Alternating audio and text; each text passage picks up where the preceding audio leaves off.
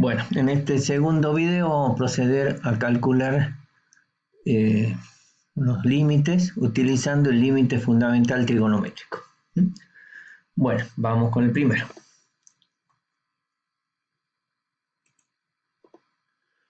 Bueno, aquí tienen el primero, límite cuando x tiende a 0 del seno de 6x sobre 2x. Bueno, nosotros sabemos que tenemos que utilizar este límite cuando x tiende al 0 del seno de x sobre x, y eso me da 1.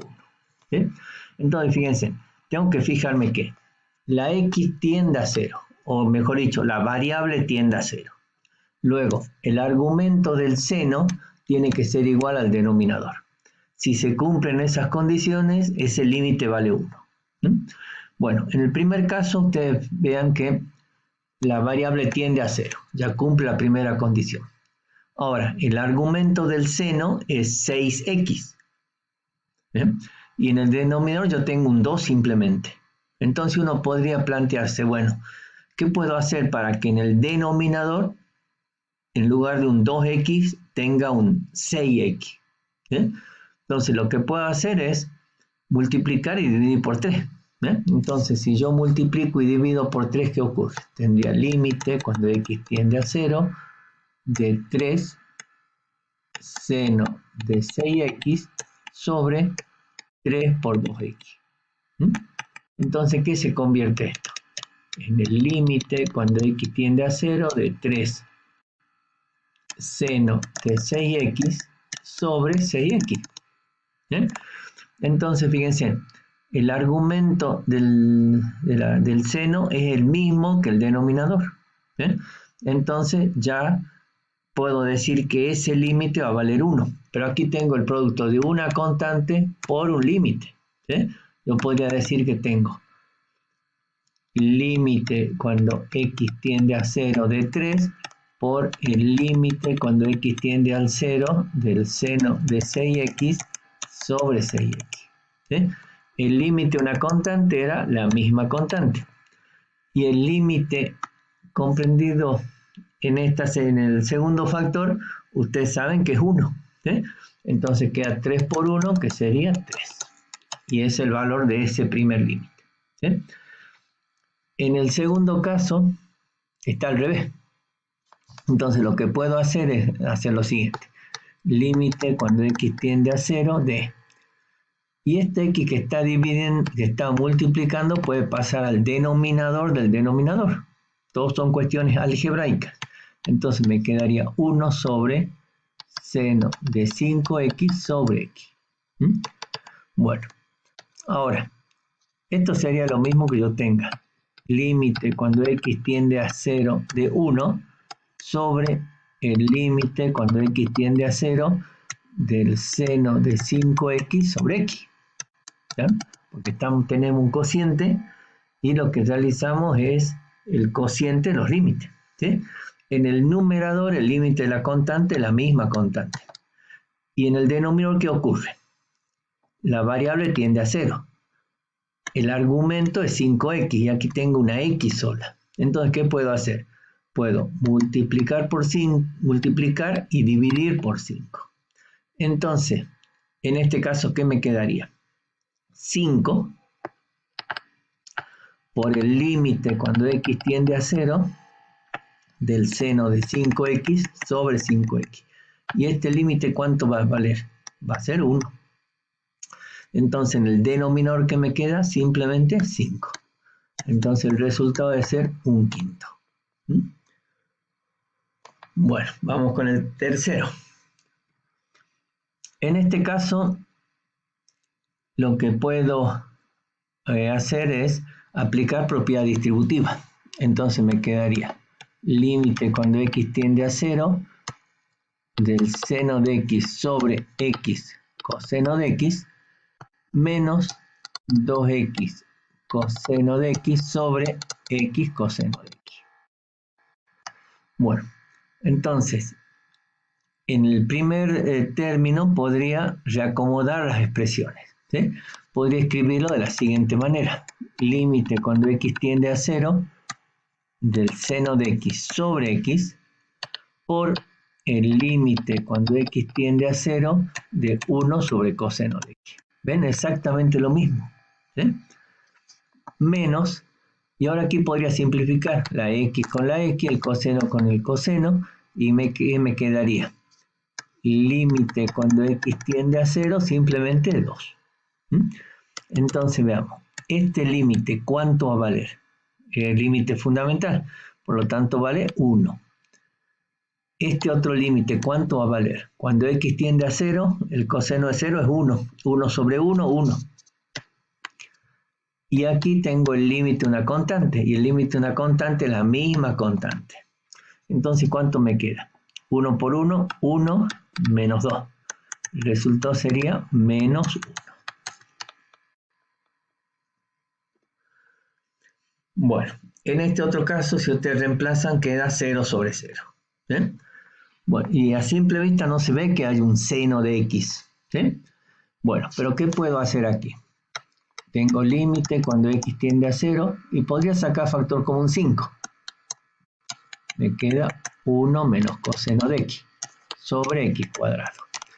Bueno, ahora, yo sé que el seno cuadrado es igual a 1 menos coseno cuadrado. ¿Sí? Sé que el seno cuadrado de x es 1 menos coseno cuadrado de x. ¿Sí? Bueno, pero yo tengo simplemente 1 menos coseno de x. Pero yo sé también que 1 menos coseno cuadrado es 1 menos coseno de x por 1 más coseno de x. Entonces, ¿qué es lo que faltaría para obtener el 1 menos coseno cuadrado? Multiplicar y dividir por 1 más coseno de x. ¿Ven? Entonces, a esta expresión la voy a multiplicar por 1 más coseno de x, la voy a dividir también por 1 más coseno de x para que no altere. Entonces, ¿qué me queda?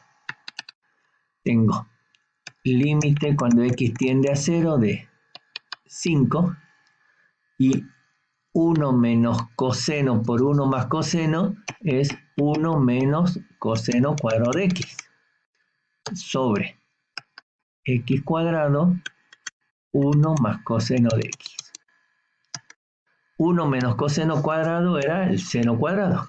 Entonces me va a quedar límite cuando x tiende a 0 de 5 seno cuadrado de x sobre x cuadrado 1 más coseno de x.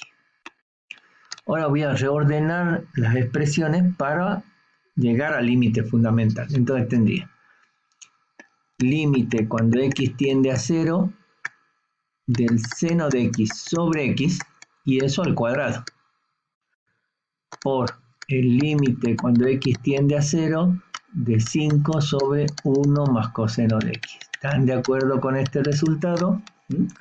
Fíjense, en esto cuestión algebraica. ¿Sí? Entonces, este primer límite, ¿cuánto me va a dar? El límite fundamental, nada más que está al cuadrado. Entonces allí va a dar 1. Por, y este otro límite, ¿cuánto me va a quedar? Cuando x tiende a 0, el coseno de x es 1. 1 más 1, 2 en el denominador. Entonces, ¿cuánto queda? 5 medios. Entonces, el resultado final ha de ser 5 medios. Vamos con el último. Bueno, en este último ustedes pueden ver que x tiende a pi. No tiende a 0. Entonces, lo que tengo que hacer es hacer un cambio de variable para hacer que este límite tienda a 0. Entonces voy a tomar que t es igual a x menos pi. ¿Ven? Justamente la expresión, como habíamos visto en las clases anteriores, que yo les decía borren la flechita para darse cuenta qué es lo que tienen que eliminar. En este caso, al borrar la flechita les sirve para darse cuenta qué sustitución van a hacer. ¿Sí? Bueno, entonces fíjense, si x tiende a pi, ¿ven? Porque aquí dice que x tiende a pi. Esta x es pi, va a tender a pi. Entonces aquí, ¿cuánto va a quedar? Pi menos pi, 0. Quiere decir que t tiende a 0. ¿Sí? Entonces voy a tener el límite cuando t tiende a 0, ¿de qué? En el denominador, fíjense, es x menos pi, quiere decir que es t. y en el numerador tengo seno de x, ¿sí? Pero x a qué va a ser igual. Despejando x de esta expresión, tendría que x es igual a t más pi. ¿Sí? Entonces aquí me va a quedar x igual entonces a t más pi. ¿Sí? Entonces tendría seno de t más pi. Bueno, ahora, ¿qué significa eso seno de t más pi? Si yo tengo el ángulo t en el primer cuadrante, al sumarle pi, voy a parar al tercer cuadrante. Este ángulo va a ser t más pi. Este segmento representa el seno de t. Y este segmento representa el seno de t más pi. Como ustedes pueden ver, en valor absoluto el mismo. La longitud es la misma, pero el signo es distinto. Este es positivo, mientras que este otro es negativo. Entonces tengo que colocar un signo menos entre ambos. Entonces yo tendría que el seno de t, podría decir que es igual al seno de t más pi, en valor absoluto. Pero tengo que colocarle un signo menos a alguno de los dos, porque fíjense, son distintos, uno es negativo y el otro es positivo. Entonces le puedo colocar el menos aquí. ¿Sí? Entonces tengo que límite cuando t tiende a 0 de qué? El seno de t más pi, entonces es menos seno de t sobre t. Entonces este límite, ¿cuánto va a valer? Me quedaría menos límite cuando t tiende a 0 del seno de t sobre t. Este límite fundamental que vale 1. Entonces el resultado final, ¿cuánto ha de ser? Menos 1. ¿Ya? Bueno, estos van a ser los ejercicios tipo que ustedes van a hacer en la práctica.